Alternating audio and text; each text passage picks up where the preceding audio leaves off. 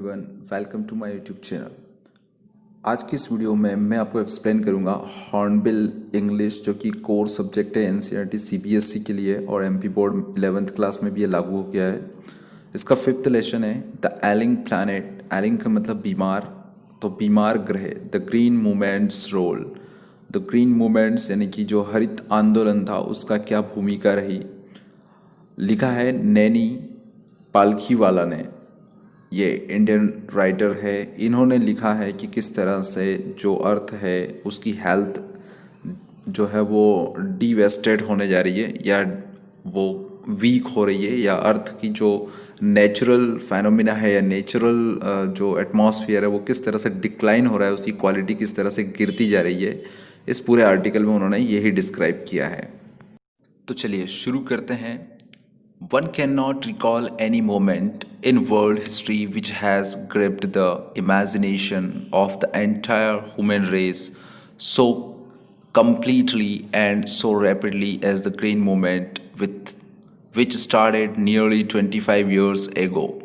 कहने का मतलब है कि दुनिया के इतिहास में ऐसा कोई भी आंदोलन नहीं हुआ है जिसने कि पूरे मानव समाज को पूर्ण रूप से जो आंदोलन हुआ था उस आंदोलन में शामिल किया हो। एक ऐसा आंदोलन जो कि 25 इयर्स एगो, यानी कि जब ये आर्टिकल लिखा गया था उससे 25 साल पहले शुरू हुआ था, जिसने आंदोलन पूरे विश्वव्यापी हो चुका था। In 1972 the world's first nationwide green party was founded in New Zealand. और 1972 में दुनिया का पहला एक ऐसा आंदोलन शुरू हुआ जिसमें हर एक देश में एक ग्रीन पार्टी का गठन किया गया, और ये फाउंडेड हुआ था, कहाँ पर बना था, न्यूजीलैंड में। सिंस देन, तब से the movement has not looked back, तब से इस आंदोलन ने पीछे मुड़कर नहीं देखा, यानी कि ये आगे चलता रहा। We have shifted one hopes, हमारी जो एक आशा थी वो शिफ्ट हुई। क्या शिफ्ट हुई? इरिवोकेबली from the mechanistic view to a holistic and ecological view of the world। तो हमारी एक आशा कहाँ से कहाँ शिफ्ट हुई। irrevocably मीन्स होता है अपरिवर्तनीय, जो कि परिवर्तन नहीं हो सकता था। फ्रॉम द मैकेनिस्टिक व्यू, हमारा जो मैकेनिस्टिक व्यू था उसको एक होलिस्टिक व्यू बनाया। मैकेनिस्टिक का मतलब होता है यंत्रवत, या हम यांत्रिक दुनिया के बारे में सोच रहे थे, उस व्यू को थोड़ा चेंज किया। और ए होलिस्टिक एंड इकोलॉजिकल व्यू का मतलब ये होता है कि हम जो इम्पोर्टेंस है अर्थ के जो रिसोर्सेस है उनके बारे में, और इन्वायरमेंट के बारे में, और फ्यूचर जनरेशन के बारे में, उसके बारे में हम सोचें। तो वो सोच जो है वो लोगों में, दुनिया के लोगों में डेवलप हुई। It is a shift in human perceptions as revolutionary as, और यहाँ पर एक क्रांतिकारी रूप से चेंज हुआ। परसेप्शन का मतलब होता है अनुभूति होना या फील करना। तो ह्यूमन ने, यानी कि इंसानों ने ये महसूस किया कि एक क्रांतिकारी बदलाव की ज़रूरत है अगर अर्थ को बचाना है या सेव करना है। Revolutionary as that as introduced by Copernicus, who taught mankind in the 16th century that the earth and the other planet revolved around the sun। Copernicus नाम का व्यक्ति था जिसने 6th सेंचुरी में ये कहा था कि जो अर्थ है वो और बाकी प्लैनेट जो है, यानी कि दूसरे जो ग्रह है, वो सन के आजू बाजू, यानी कि सन के राउंड में जो है वो क्या करते हैं, उसके आसपास चक्कर लगाते हैं। ऐसी जो बात है वो किसने कही थी? कॉपरनिकस ने कही थी 6th सेंचुरी में, यानी कि अभी 21st सेंचुरी चल रही है। तो यहाँ से अगर हम बात करें तो लगभग 1500 साल पहले उसने ऐसी बात कही थी। For the first time in human history, और इंसानी सभ्यता यानी कि मानव के इतिहास में पहली बार, there is a growing worldwide consciousness that the earth itself is a living organism। और पहली बार मानव सभ्यता के इतिहास में पहली बार पूरी दुनिया में ये जागरूकता फैलाई गई, और ये बात जो है वो सबके विवेक में आई कि जो अर्थ है वो खुद भी एक लिविंग बीइंग है, यानी कि इंसानों की तरह। An enormous being of which we are part, और एक ऐसी इनॉर्मस थिंग यानी कि इतनी व्यापक थिंग, एक ऐसी विशाल वस्तु जिसके हम हिस्से हैं, यानी कि इंसान उसका हिस्सा है। It has its own metabolic needs and vital process which need to be respected and preserved. इसके खुद के अपने जो मेटाबॉलिक यानी कि उपापचयी जो अभिक्रियाएं होती है, आपने अगर केमिस्ट्री पढ़ी हो तो वो प्रोसेस जो है इसके लिए ज़रूरी है, जो कि इसको बचाना और उसका रेस्पेक्ट करना ज़रूरी होता है। The earth's vital sign reveal a patient in declining health. Earth का जो सबसे बड़ा साइन यानी कि प्रतीक है वो ये रिवेल करता है, कहता है कि जो अर्थ है उसकी हेल्थ धीरे धीरे गिरती जा रही है और ये एक मरीज की तरह हो रही है, यानी कि बीमार होती जा रही है। We have begun to realise our ethical obligation to be good stewards of the planet and responsible trustees of the legacy to future generation। और हमें क्या करना होगा, हमें रियलाइज़ करना होगा, ये रियलाइज़ करना होगा कि हमारे इथिकल जो ऑब्लिगेशंस है वो क्या है, हमें कहाँ तक रुकना है, कहाँ तक हमें इसका दोहन और नहीं करना है, जो कि अच्छा हो किसके लिए, प्लैनेट के लिए भी, और ये अच्छा हो आने वाले भविष्य के लिए भी। लीगेसी मतलब कि क्या वसीयत हम अपने जो आने वाली पीढ़ियां हैं उनके लिए छोड़कर जा रहे हैं। स्टेवार्ड्स का मतलब होता है मैनेजर्स, यानी कि हमें किस तरह से उसको मैनेज कर रहे हैं और हमारी आने वाली पीढ़ियों को हम क्या देने वाले हैं, इस बात को सोचते हुए हमें अर्थ के रिसोर्सेज को यूज़ करना बहुत ज़रूरी है। The concept of sustainable development was popularized in 1987 by the World Commission on Environment and Development। तो जो वर्ल्ड का यानी कि दुनिया का जो वर्ल्ड कमीशन इस्टेब्लिश किया गया था इन्वायरमेंट एंड डेवलपमेंट, वहाँ पर सस्टेनेबल डेवलपमेंट की बात की गई और 1987 में इसको पॉपुलराइज किया गया। सस्टेनेबल डेवलपमेंट का अर्थ ये होता है कि विकास, और वो भी इस तरह का कि आने वाले कई समय तक वो चलता रहे और ज़्यादा नुकसान जो है वो अर्थ को, प्रकृति को ना हो। इस तरह का विकास जो है वर्ल्ड में होना चाहिए। ऐसा कमीशन जो बिठाया गया था इन्वायरमेंट एंड डेवलपमेंट के ऊपर, उसने अपना प्रस्ताव रखा और ये पॉपुलराइज किया गया 1987 में। In its report it defined the idea as development that meets the needs of the present without compromising the ability of future generation to meet their needs।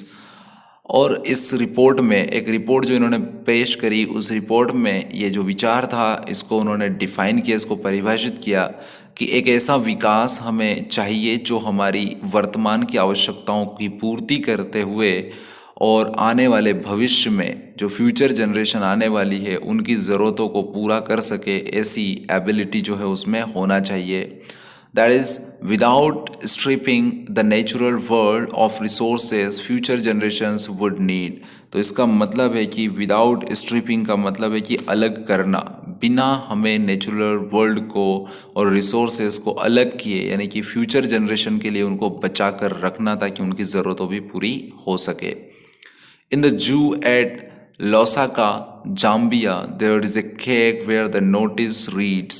और एक जू है, एक लसाका जाम्बिया में एक जू है और वो उसकी एक गुफा है और गुफा के ऊपर एक नोटिस लिखा हुआ है, the world's most dangerous animal inside the cake. और उस केक के गेट पर ये मैसेज लिखा है कि दुनिया का सबसे खतरनाक जो एनिमल है वो अंदर है इसमें, इनसाइड द केक। और जब केक में अंदर जाते हैं, यानी कि उस गुफा में अंदर जाते हैं, there is no animal but a mirror where you see yourself. तो वहाँ पर अंदर जाकर कोई जानवर आपको नहीं दिखता है, कोई पशु आपको नहीं दिखता है, बल्कि वहाँ पर एक आईना लगा हुआ है और उस आईने के सामने जैसे ही आप जाते हो आप खुद अपनी तस्वीर वहाँ पर देख लेते हो। Thanks to the efforts of a number of agencies in different countries.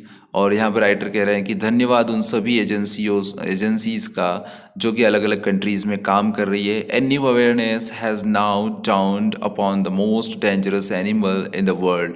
एक नया जो अवेयरनेस यानी कि जागरूकता जो है उस एनिमल जो कि सबसे खतरनाक यानी कि इंसान है उसको ध्यान में लाने के लिए और उसको डाउन करने के लिए, यानी कि जो लगा हुआ है किस काम में, विनाश करने में लगा हुआ है। He has realized the wisdom of shifting from a system based on domination to one based on partnership। और उसने महसूस किया, यानी कि इंसान ने महसूस किया कि जो विजडम है, जो बुद्धि है, उसको शिफ्ट करना कहाँ से, उस सिस्टम से जो कि डोमिनेशन पर रखा गया है। डोमिनेशन मतलब कि जो शासन आप मानते हो कि अर्थ पर अपना है या धरती पर अपना अधिकार है, उस अधिकार को शिफ्ट करता है to on one base on partnership, कि वो पार्टनरशिप का है, यानी कि इस पे केवल हमारा हिस्सा नहीं है बल्कि सभी लोगों का हिस्सा है या सभी लोगों की है, अर्थ सभी लोगों की है, ऐसा रियलाइज इंसान ने किया और ये बहुत ज़रूरी भी था। Scientists have catalogued about 1.4 million living species with which mankind shares the earth। और यहाँ पर पार्टनरशिप की बात करें तो किनके साथ पार्टनरशिप, ये 1.4 मिलियन जो लिविंग स्पेसीज यानी कि प्रजातियाँ हैं जो धरती पर जीती है, उनको कैटलॉग्ड किया, मीन्स उनकी एक लिस्ट बनाई और कहा गया कि इंसान की ही केवल धरती नहीं है बल्कि इन 1.4 मिलियन जो लिविंग स्पेसीज है उनकी भी ये धरती है। तो पार्टनरशिप इनके साथ है इंसान की। Estimates vary widely as regards the still uncatalogued living species. और जो एस्टिमेशन किया गया इसके अकॉर्डिंग कुछ और भी प्रजातियां हो सकती है जो कि अभी सूचीबद्ध नहीं की गई थी। Biologist reckon that about 3 to 100 million other living species still languish unnamed in ignominious darkness। और जो बायोलॉजिस्ट है, जैव वैज्ञानिक है, वो इस बात के ऊपर रेकॉन मीन्स इस तरह सा एक अंदाज़ा लगाता है, एक ऐसा अंदाज़ा लगाते हैं कि लगभग 3 से लेकर और 100 मिलियन, है ना, इतनी सारी प्रजातियां और है जो कि लिविंग ऑर्गेनिज्म हैं जिनको लैंग्वेज मीन्स जो कि दुर्लभ प्रजातियां हैं या कमज़ोर प्रजातियां भी है वो, और अननेम्ड जिनका अभी तक नाम भी नहीं रखा गया है, इन इग्नोमिनियस डार्कनेस। इग्नोमिनियस डार्कनेस का मतलब होता है कि अभी तक उनको कोई जान नहीं पाया है या उनके बारे में कोई जानकारी नहीं है। ऐसी कई सारी प्रजातियां हैं जिनको हम अभी तक जानते भी नहीं हैं, वो भी इस धरती पर है। One of the early international commissions which dealt inter Elia.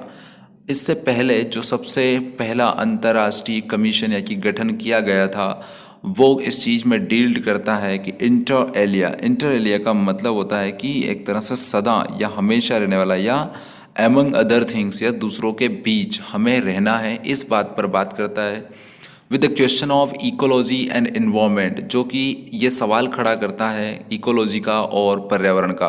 Was the brand commission, और ये ब्रांड कमीशन था which had a distinct Indian as one of the its member. और इसके भारतीय लोग जो है वो इसके मेंबर थे जिसमें मिस्टर एल के झा शामिल थे। The first branded report raise the question, जो पहली रिपोर्ट इस ब्रांडेड रिपोर्ट की आई यानी कि ब्रांडेड कमीशन की आई, उसका पहला सवाल था, are we to leave our successors a scorched planet of advancing deserts. क्या हम अपने आने वाली पीढ़ियों के लिए स्कॉर्च मीन्स सूखा हुआ ग्रह या प्लैनेट छोड़ने जा रहे हैं जो कि डिसर्टेड हो, मरुस्थल में बदल चुका हो। इम्फॉरेस्ट लैंडस्केप एंड एलिंग इन्वायरमेंट। इम्फॉरेस्ट लैंडस्केप का मतलब होता है कि एक गरीब धरती हम उनके लिए छोड़ के जा रहे हैं, या फिर एलिंग इन्वायरमेंट या बीमारू पर्यावरण हम उनके लिए छोड़कर जा रहे हैं। Mister Lester R Brown in his thoughtful book, और ये एक व्यक्ति जो राइटर है उन्होंने अपनी विचारात्मक बुक में ऐसा कहा है कि the global economic prospect points, ये बुक का नाम है द ग्लोबल इकोनॉमिक प्रॉस्पेक्ट। इसमें उन्होंने पॉइंट्स आउट किया है कि the earth's principal biological system are 4, कि जो धरती है उसके मुख्य रूप से जो बायोलॉजिकल सिस्टम है वो 4 है। फिशरीज मछलियों का, फॉरेस्ट वनों का, ग्रासलैंड्स जहाँ पर घास है, एंड क्रॉपलैंड्स जहाँ पर खेती होती है। And they form the foundation of the global, और ये जो बनाती है वो क्या बनाती है, फाउंडेशन बनाती है किसका, ग्लोबल इकोनॉमिक सिस्टम, यानी कि ग्लोबल इकोनॉमिक सिस्टम का आधार है ये चारों ही चीज़ें, यानी कि फिशरीज भी उसका है, क्रॉप लैंड भी है, ग्रास लैंड भी है और फॉरेस्ट, ये अर्थव्यवस्था का आधार है। इन एडिशन, इसके अतिरिक्त टू सप्लाइंग आवर फूड, इसके अलावा ये हमें खाना भी सप्लाई करते हैं। इसके खाना सप्लाई करने के अलावा these four systems provide virtually all the raw materials for industry except minerals and petroleum derived synthetics. और ये जो चार सिस्टम हैं जो हमें खाना के अलावा रॉ मटेरियल यानी कि कच्चा माल भी प्रोवाइड करते हैं, जो कि वास्तव में क्या है, बहुत इम्पोर्टेंट है इंडस्ट्रीज़ के लिए। और केवल जो मिनरल्स ज़मीन से निकाले जाते हैं या पेट्रोलियम निकाले जाते हैं उनको छोड़कर, ये सिंथेसिस मीन्स रासायनिक कपड़ा, ठीक है ना, वो भी हम उससे निकालते हैं यानी कि बनता है। इनको छोड़कर जो है सारी चीज़ें, जो रॉ मटेरियल है वो हमें कहीं ना कहीं इन चार सोर्सेज से मिलता है। In large areas of the world, दुनिया के बड़े हिस्सों में human claims on these systems are reaching an unsustainable level. और ज़्यादातर हिस्सों में इंसान के द्वारा ही इन जगहों को कैप्चर कर रखा है, यानी कि अपने अंडर में ले रखा है। A point where their productivity is being impaired, और एक पॉइंट या एक ऐसा बिंदु जहाँ पर जो प्रोडक्टिविटी होती है यानी कि उत्पादकता जो होती है उसको व्यक्ति ने बिगाड़ रखा है, उसको खराब कर रखा है, इम्पेयर्ड कर रखा है। व्हेन दिस हैपन्स, जब ये होता है तो फिशरीज कोलैप्स, फॉरेस्ट डिसअपियर, तो फिशरीज जो है वो कोलैप्स हो जाती है, उसको नुकसान पहुंचता है। फॉरेस्ट डिसअपियर हो जाते हैं, grass lands are converted into barren wasteland, और जहाँ पर घास वाली ज़मीन है वो एक तरह से बंजर और व्यर्थ की ज़मीन हो जाती है। एंड क्रॉप लैंड्स डेटेरियोरेट, और जो क्रॉप लैंड यानी कि फसल वाली जो जगह है वो डेटेरियोरेट हो जाती है, यानी कि वो ख़राब हो जाती है, अनउपजाऊ हो जाती है, जिसकी उपजाऊ क्षमता ख़त्म हो जाती है। In a protein conscious and protein hungry world, और ये दुनिया जो है वो प्रोटीन के पीछे भागती है और प्रोटीन की भूखी है। Over fishing is common every day, और यहाँ पर फिशिंग करना यानी कि मछली पकड़ना एक आम बात है। इन पुअर कंट्रीज़, गरीब देशों में, local forest are being decimated in order to procure firewood for cooking, और जो गरीब देश है वहाँ पर लकड़ी को जलाऊ लकड़ी के रूप में काम लिया जाता है, तो वहाँ पर जो लोकल फॉरेस्ट है उनको डेसिमेटेड किया जा रहा है, यानी कि उनका भी नाश किया जा रहा है अपने लिए जलाऊ लकड़ी जो है खाना बनाने के लिए उसका अरेंजमेंट करने के लिए। इन सम प्लेसेस, कुछ स्थानों पर firewood has become so expensive that, और कहीं कहीं पर जो जलाऊ लकड़ी वो इतनी महंगी हो गई है कि what goes under the pot now cost more than what goes inside it. कहने का मतलब है कि जो पोट है उसके अंदर जो डाला गया है उसकी कीमत बाहर वाली चीज़ से ज़्यादा नहीं हो सकती। कहने का मतलब है कि लकड़ी की कीमत खाने से ज़्यादा थी, ऐसी जगहें कहीं पर है। Since the tropical forest is, और जब से जो उष्णकटिबंधीय वन जो है वो इन द वर्ल्ड ऑफ, और इस दुनिया में, मीन्स डॉक्टर मायर्स क्या कहते हैं, the power house of evolution, several species of life face extinction as a result of its destruction. और ये ट्रॉपिकल जो फॉरेस्ट है उनका नाश होने से डॉक्टर मायर्स क्या कहते हैं कि जो पावर हाउस है इवोल्यूशन का, यानी कि जहाँ पर एक तरह से एनर्जी मिलती थी, जहाँ से फूड मिलता था, इन कई सारी स्पेसीज, कई सारी प्रजातियों को आज उनका जीवन जो है वो संकट में है, और उनका एक्सटिंक्शन हो गया, यानी कि वो प्रजातियाँ विलुप्त हो चुकी है। इन वनों के हाथ से या वनों के नाश करने से उनका घर खत्म हो गया और वो एक्सटिंक्ट हो गई है, विलुप्त हो गई है। It has been well said that forest precede mankind, desert follow, और ये सही कहा गया है कि फॉरेस्ट जो है वो इंसान को सर्वाइवल करवाते हैं, लेकिन बाद में उनको डिसर्ट में इंसान कन्वर्ट कर देता है। द वर्ल्ड्स एंशिएंट, जो दुनिया का सबसे पुराना patrimony of tropical forest is now eroding at the rate of 40 to 50 million acres a year। और दुनिया के सबसे ज़्यादा जो पुराने जो वन है, पैट्रीमनी मीन्स जो विरासत के तौर पर हमें मिले हैं ट्रॉपिकल फॉरेस्ट, आज की डेट में वो इरोडिंग हो रहे हैं। इरोडिंग हो रहे हैं मीन्स वो खिसक रहे हैं या कम हो रहे हैं। किस गति से कम हो रहे हैं? वो लगभग 50 मिलियन एकड़ एक साल में ख़त्म हो जाते हैं। And the growing use of dung for burning deprives the soil of an important natural fertilizers. और दूसरी तरह से जो डंग मीन्स जो गोबर है, गोबर को जिस तरह से जलाया जा रहा है कंडे बनाकर, यानी कि जिस तरह से जलाया जा रहा है, जो गोबर सॉइल के लिए उसकी फर्टिलिटी को बढ़ाने में हेल्प करता था, उसको जलाया जा रहा है, तो सॉइल की फर्टिलिटी कम होती जा रही है। The world bank estimates that a five-fold increase in the rate of forest planting is needed to cope with the expected fuel wood demand in the year 2000।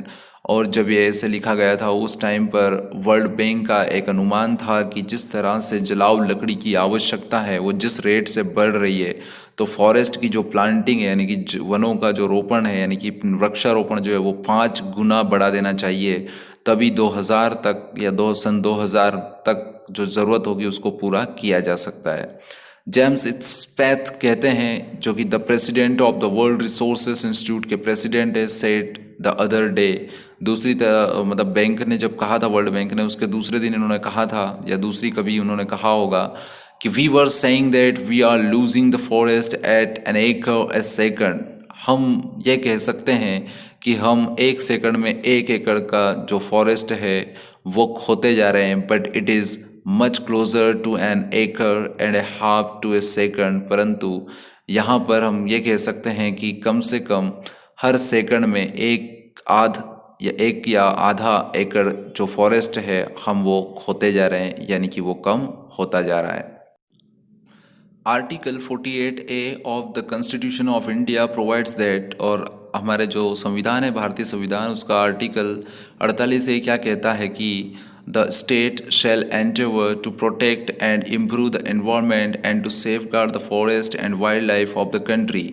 कि जो स्टेट है, जो राज्य है, उसको अपने यहाँ पर जो पर्यावरण है उसको इम्प्रूव करना चाहिए और उसको प्रोटेक्ट करना चाहिए। दूसरा, फॉरेस्ट मतलब वन और जो वन्य जीव है देश के, उनकी उसको रक्षा करना चाहिए।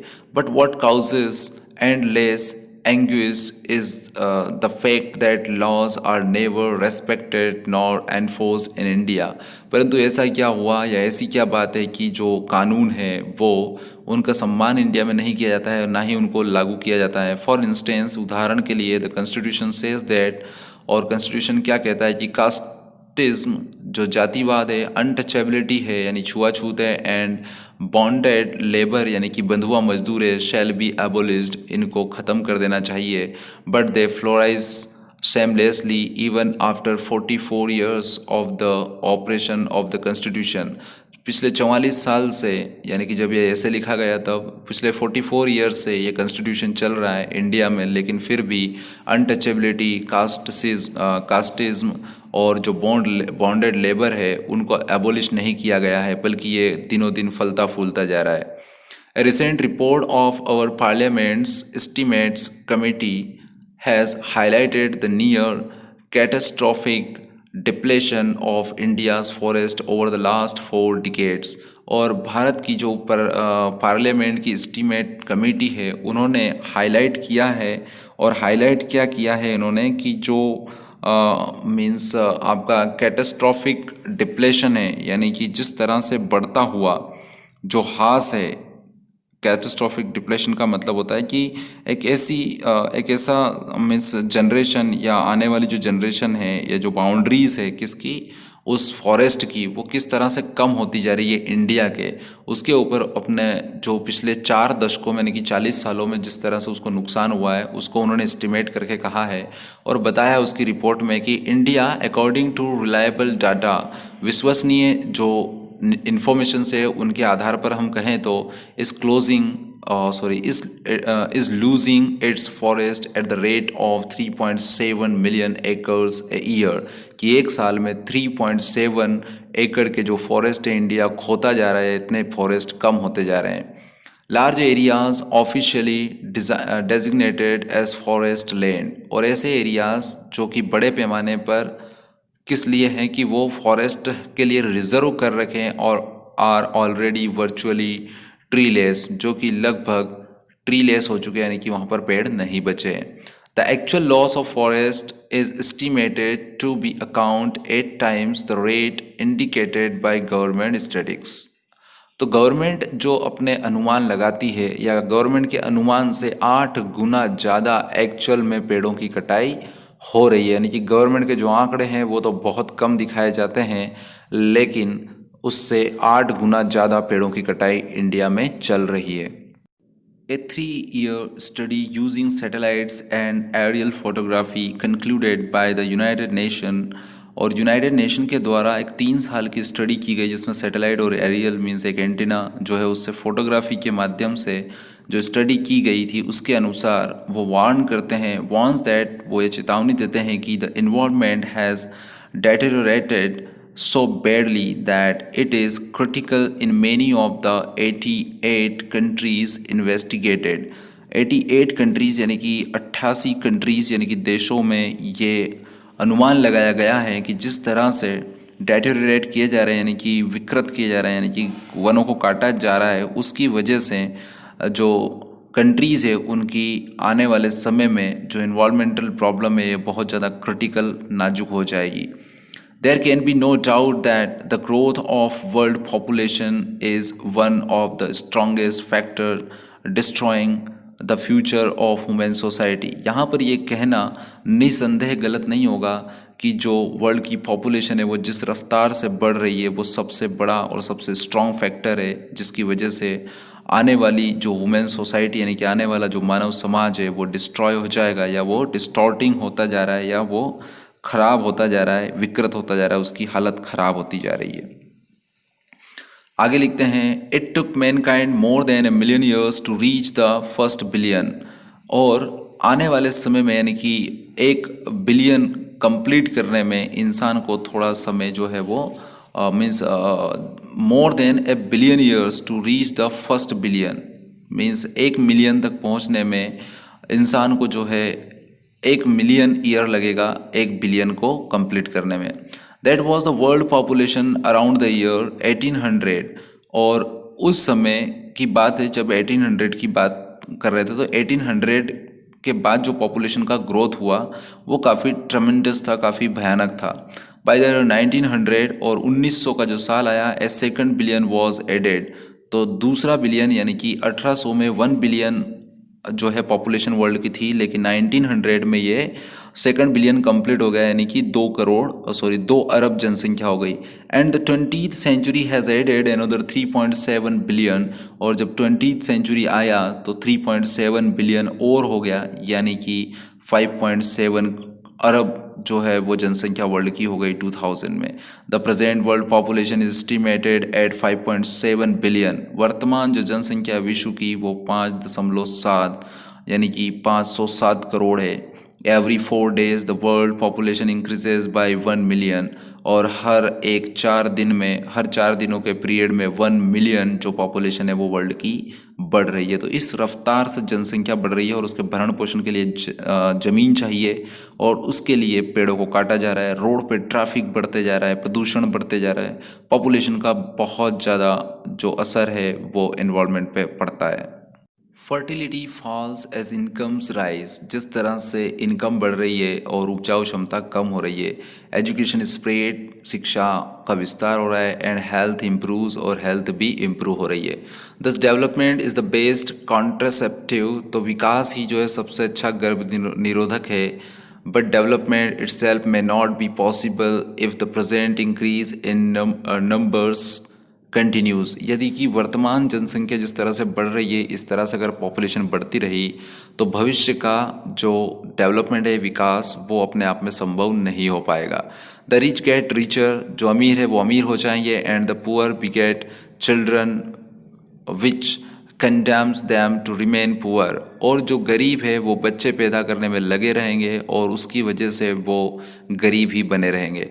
More children does not mean more workers, ज़्यादा बच्चों का मतलब ज़्यादा काम करने वाले नहीं होता हैं, merely more people without work, बल्कि इसका मतलब ये होता है कि जितने ज़्यादा लोग होंगे वो बिना काम के यानी कि बेरोजगार रहेंगे। It is not suggested that human beings be treated like cattle and compulsorily sterilised.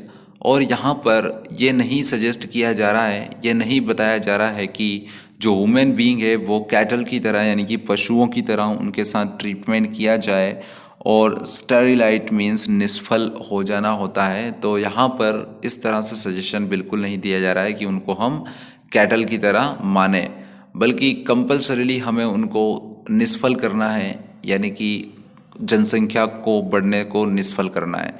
But there is no alternative to voluntary family planning without introducing an element of coercion.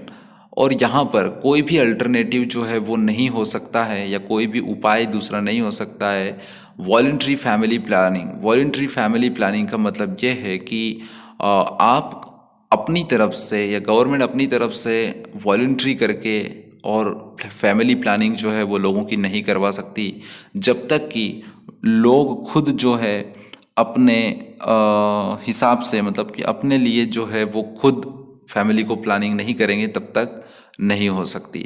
The choice is really between control of population and perpetuation of poverty. और यहाँ पर जो choice है वो चुनना होगा आपको, एक तो पॉपुलेशन को कंट्रोल करना है या पुअरिटी को बढ़ाना है, इन दोनों में से जो है चीज़ों को चुनना होगा।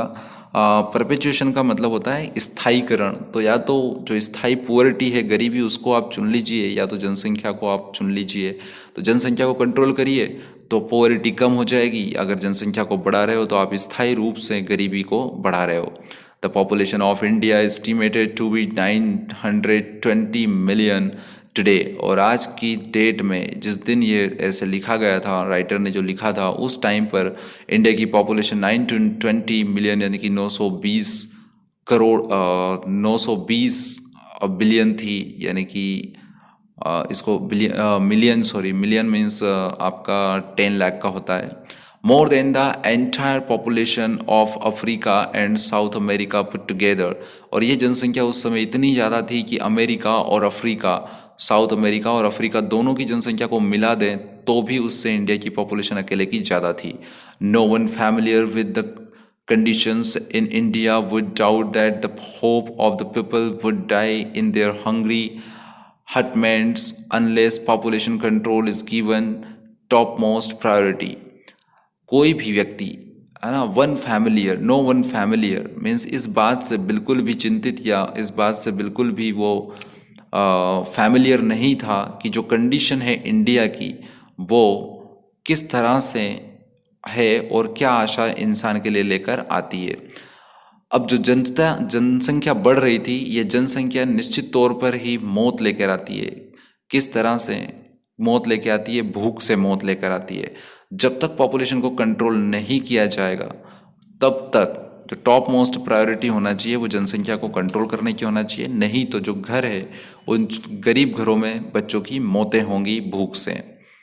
For the first time in human history we see a transcending concern. पहली बार मानव के इतिहास में एक ट्रांसेंडिंग कंसर्न यानी कि चिंताजनक विषय जो है वो सामने आया। The survival not just of the people but of the planet, कि लोगों का जीना उससे भी ज़्यादा ज़रूरी है कि हमारे प्लैनेट का जीना, यानी कि प्लैनेट ही ख़त्म हो जाएगा तो लोग तो कहीं रह ही नहीं पाएंगे। We have begun to take a holistic view of the very basis of our existence.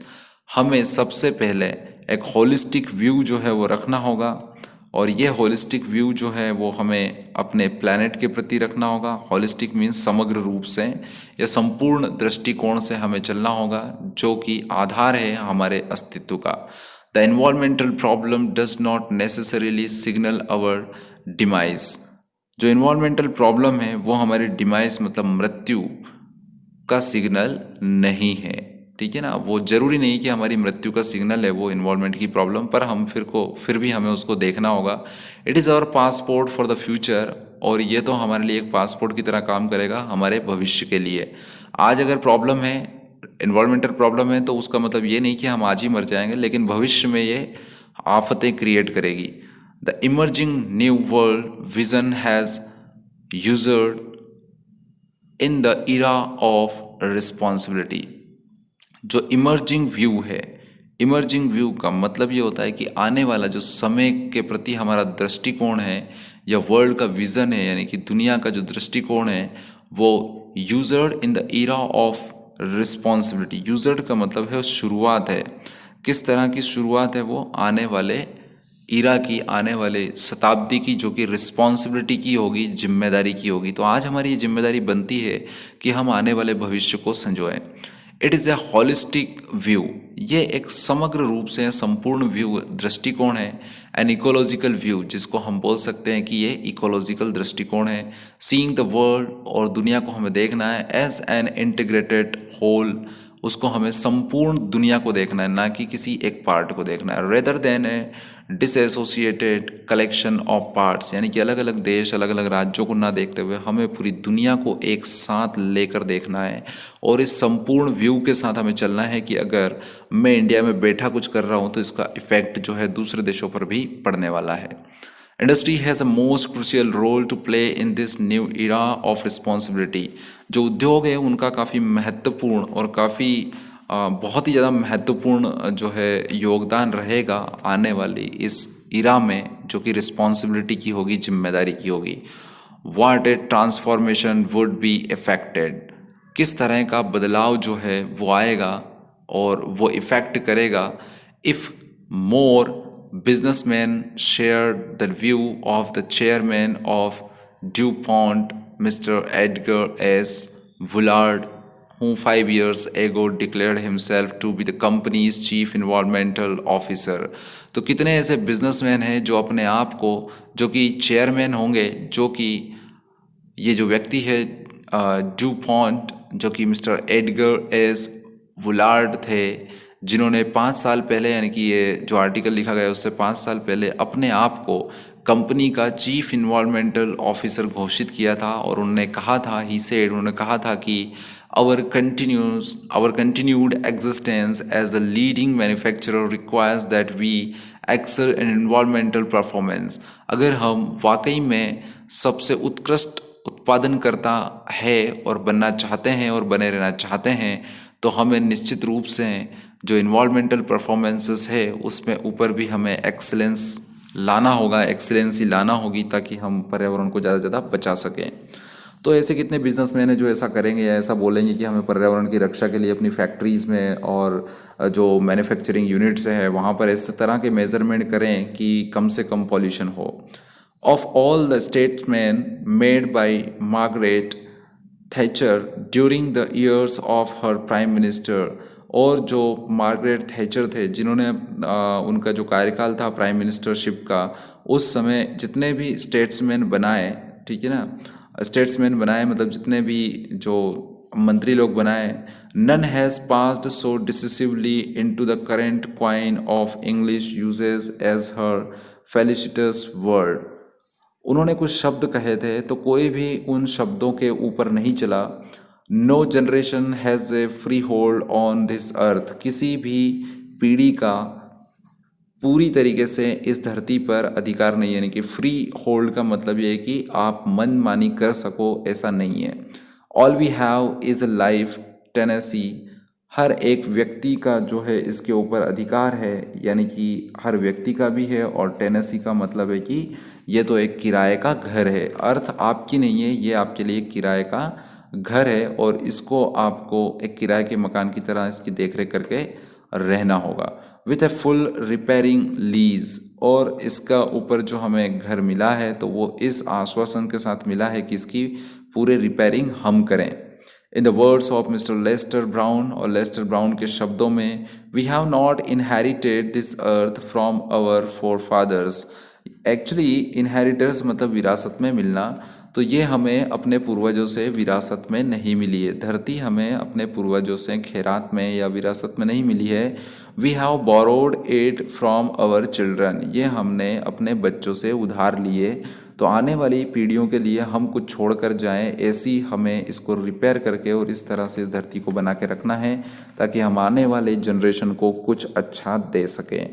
तो बहुत ही इंटरेस्टिंग और बहुत ही अच्छा आर्टिकल था। आई होप कि आपको अच्छे से समझ में आया होगा। If you have any problem, if you have any confusion, you can write your confusion, your question in the comment box below and surely I will answer you soon. आज के इस वीडियो में थैंक यू वेरी मच। आगे की video के लिए channel को subscribe कीजिए ताकि सबसे पहले आपको मिल जाए। Thank you.